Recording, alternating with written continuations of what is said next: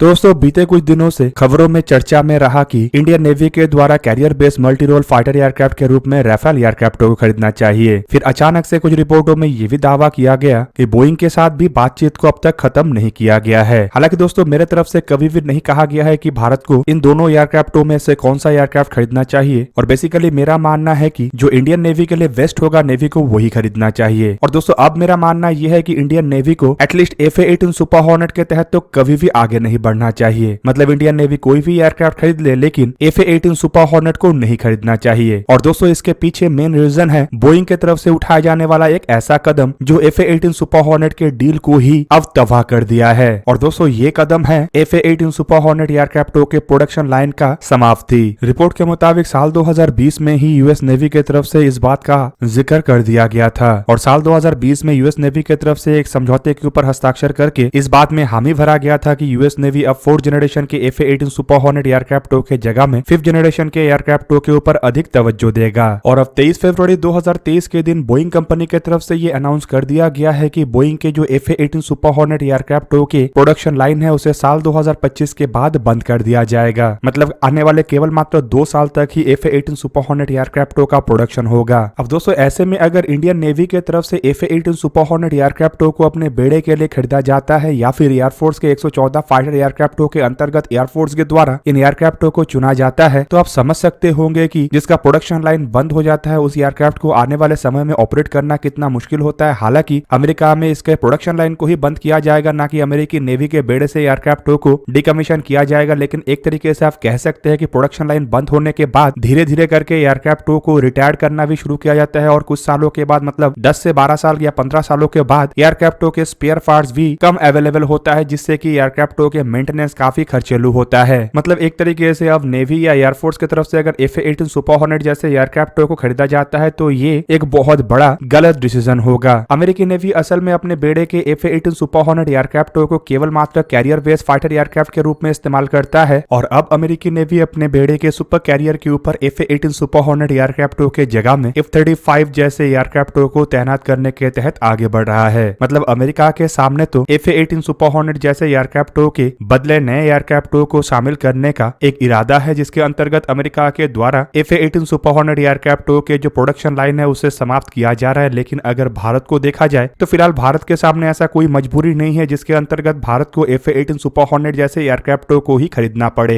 अब दोस्तों भारत के सामने अगर नेवी के टेंडर को देखा जाए तो इसके मुताबिक FA-18 सुपर हॉर्नेट के विपक्ष में राफेल M जैसे एयरक्राफ्ट है, जबकि एयरफोर्स के टेंडर को अगर देखा जाए तो इसमें काफी सारे एयरक्राफ्ट है, और इनमें से सभी एयरक्राफ्ट लगभग प्रोडक्शन लाइन में अवेलेबल है और आने वाले कई सालों तक प्रोडक्शन लाइन में अवेलेबल भी रहेगा। पर बेस्ट ऑप्शन है राफेल, क्योंकि ऑलरेडी इंडियन एयरफोर्स के पास राफेल है, और दूसरी तरफ सभी एयरक्राफ्टों में से टेक्नोलॉजी के मामले में हो या फिर ताकत के मामले में राफेल एयरक्राफ्ट कई मामलों में आगे भी है। हालांकि दोस्तों बोइंग की तरफ से जो डिसीजन लिया जा रहा है या फिर कहे तो अमेरिका के नेवी के द्वारा जो डिसीजन लेने का बात कहा गया है, ये जब पहली बार चर्चा में आया था तब अमेरिका के नेवी के ही कुछ वरिष्ठ अधिकारियों के द्वारा एक अलग तरीके का प्रतिक्रिया रखा गया था। अमेरिका के नेवी के अभी भी कई सारे अधिकारी कैरियर बेस्ड फाइटर एयरक्राफ्ट के बेड़े के रूप में FA-18 सुपर हॉर्नेट और F-35C एयरक्राफ्टों के मिश्रण का इस्तेमाल का प्रस्ताव दे रहे हैं, और उनका ये भी कहना है कि इस प्रोसेस को इतने तेज रफ्तार में ना किया जाए, मतलब FA-18 सुपर हॉर्नेट एयरक्राफ्टों को इतने तेज रफ्तार में विड्रॉल ना किया जाए, बल्कि इसे धीरे धीरे करके आगे बढ़ाया जाए। हालांकि दोस्तों इसके पीछे भी कई तरीके के तत्व है। एग्जाम्पल के रूप में F-35C एयरक्राफ्ट को अगर देखा जाए तो ऑब्वियसली ये carrier based multi role fighter aircraft के रूप में दुनिया के सबसे बेस्ट एयरक्राफ्ट है, पर फिर भी इसमें कई तरीके के ड्रॉबैक्स है। जैसे कि ये जो F-35C एयरक्राफ्ट है इसके range FA-18 super hornet aircraft के जैसा नहीं है, और किसी भी दुश्मन के क्षेत्र के ऊपर अगर केवल F-35 फाइटर एयरक्राफ्टों के द्वारा हमला करना पड़े तो अमेरिकी एयरक्राफ्ट कैरियर को दुश्मन के क्षेत्र के काफी नजदीक जाना पड़ेगा, जहां से कि F-35C एयरक्राफ्ट अपने ठिकाने तक जाके बॉम्बिंग का अंजाम देके फिर वापस आ सके। अब दोस्तों यहाँ पे आप लोगों को ये भी जान के रखना चाहिए कि दुश्मन के क्षेत्र के नजदीक तक ले जाने का मतलब ये होता है कि दुश्मन के मिसाइलों के रेंज में एयरक्राफ्ट कैरियर को लाना, और ये काफी रिस्की हो सकता है क्योंकि अगर एक मिसाइल एयरक्राफ्ट कैरियर को हिट कर देता है तो कई बिलियन डॉलर के ये बड़े जहाज जहां पे डूब जाएगा, तो वहीं पे जहाज के डूबने से अमेरिकी नेवी को काफी बड़ा चोट भी लग सकता है। दूसरी तरफ दोस्तों F-35 एयरक्राफ्ट का जो दूसरा सबसे बड़ा डिमेरिट है वो है इसके मेंटेनेंस कॉस्ट और फ्लाइंग कॉस्ट। F-35C एक बहुत ही टेक्नोलॉजिकल एडवांस एयरक्राफ्ट है, और 5th जनरेशन के इस तरीके के एयरक्राफ्टों के जो ऑपरेशनल कॉस्ट होता है वो काफी अधिक होता है, और ऐसे में अगर अमेरिका के 10 एयरक्राफ्ट एयरक्राफ्ट कैरियरों के ऊपर F-35C एयरक्राफ्टों को डिप्लॉय किया जाता है तो कम से कम 1000 के आसपास F-35C एयरक्राफ्ट होगा, जो अमेरिकी नेवी के बजट के एक बहुत बड़ा हिस्सा केवल मात्र एयरक्राफ्टों के मेंटेनेंस और एयरक्राफ्टों के पर आवर के फ्लाई के लिए ही ले जाएगा। ऊपर से स्टेल्थ कैटेगरी में मतलब स्टेल्थ मिशन में केवल मात्र इंटरनल वेपन बे में ही अगर हथियारों को लगा के इस्तेमाल किया जाता है तो F-35C एयरक्राफ्टों के जो पेलोड कैपेबिलिटी है वो भी काफी कम होगा, जिससे कि दुश्मन के क्षेत्र के अंदर घुस के उस तरीके का हमले को अंजाम देना एयरक्राफ्टों के लिए पॉसिबल नहीं होगा जिस तरीके से भारी हथियारों से पॉसिबल हो सकेगा।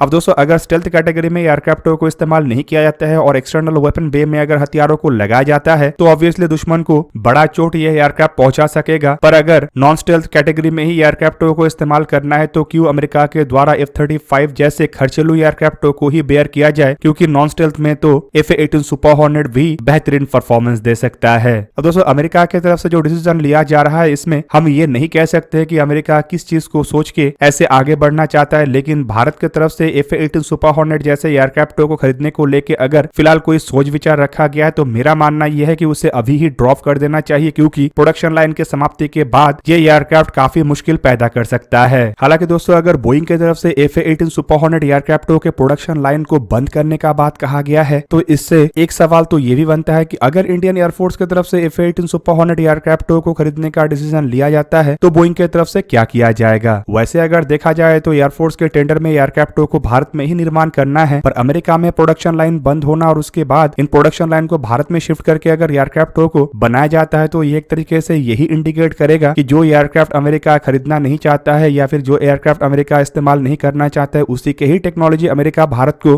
दे के एक तरीके से भारत को बेवकूफ बनाना चाहता है। हालांकि F-18 सुपर हॉर्नेट एयरक्राफ्टों के प्रोडक्शन लाइन समाप्त होने के बाद एक तरीके से अमेरिका का भी इंडियन एयरफोर्स और इंडियन नेवी के टेंडर से समाप्ति का शुरुआत हो चुका है, क्योंकि दोस्तों नेवी के टेंडर में तो ऐसे ही F-18 सुपर हॉर्नेट एयरक्राफ्टों को लेकर जो खबर आ रहा था उसके मुताबिक शायद नेवी इन एयरक्राफ्टों के तहत आगे ना बढ़े बल्कि राफेल एम को खरीदे, जबकि एयरफोर्स के अगर टेंडर को देखा जाए तो इसमें अब तक ऐसा कोई खबर नहीं आया है, लेकिन अनऑफिशियली यही माना जा रहा है कि राफेल एयरक्राफ्टों को ही शायद टेंडर में जीत मिले। जबकि अमेरिका की तरफ से इस टेंडर के लिए अपने टोटल 3 एयरक्राफ्टों का ऑफर किया गया है, जिनमें बोइंग के F-15EX super eagle, F-18 super hornet block 3 और लॉकहीड मार्टिन के F-21 जैसे एयरक्राफ्ट शामिल है। लॉकहीड मार्टिन के F-21 को लेकर संदेह इसीलिए भी है क्योंकि ये F-16 एयरक्राफ्टों के ही बेस पे बनाया गया है और लॉकहीड मार्टिन के तरफ से चाहे इन एयरक्राफ्टों को लेकर कितने भी सफाई दिया जाए, लेकिन इसके F-16 के साथ जो लिंक है उस कारण इन एयरक्राफ्टों को एक कमजोर तरीन एयरक्राफ्ट के रूप में देखा जा रहा है, जबकि F-15EX भी एक काफी पुराने एयरफ्रेम को अपग्रेड करके बनाया गया मॉडर्न एयरक्राफ्ट है, जिन एयरक्राफ्टों को पहले तो अमेरिका के तरफ से ही बड़े मात्रा में खरीदने को लेकर इरादा जताया गया था, लेकिन बाद में अब खबर आ रहा है कि अमेरिका खुद भी इतने बड़े मात्रा में इन एयरक्राफ्टों को नहीं खरीदना चाहता है और काफी लिमिटेड संख्या में F-15EX जैसे एयरक्राफ्टों को अपने बेड़े में शामिल करेगा, जबकि उसके जगह में F-35 एयरक्राफ्टों को ही अमेरिका अपने एयरफोर्स के बेड़े में शामिल करने के तहत आगे बढ़ेगा। मतलब लॉकहीड के F-35 फाइटर एयरक्राफ्टों ने F-15EX और F-18 सुपर हॉर्नेट दोनों एयरक्राफ्टों के ही भविष्य को जहां पे समाप्त कर दिया है, तो वहीं पे इसके साथ साथ इंडियन एयरफोर्स के टेंडर में बचे कुछ जो संभावनाएं था उसका भी समाप्ति इस डिसीजन के द्वारा एक तरीके से कर दिया गया है। पर दोस्तों हाल फिलहाल में जो अमेरिका के द्वारा भारत में F-35 फाइटर एयरक्राफ्ट को भेजा गया है उसके बाद कुछ जगहों में यह भी चर्चा है कि शायद अमेरिका को जब अपने सामने इंडियन एयरफोर्स के टेंडर में हार दिख रहा था तो उसे ही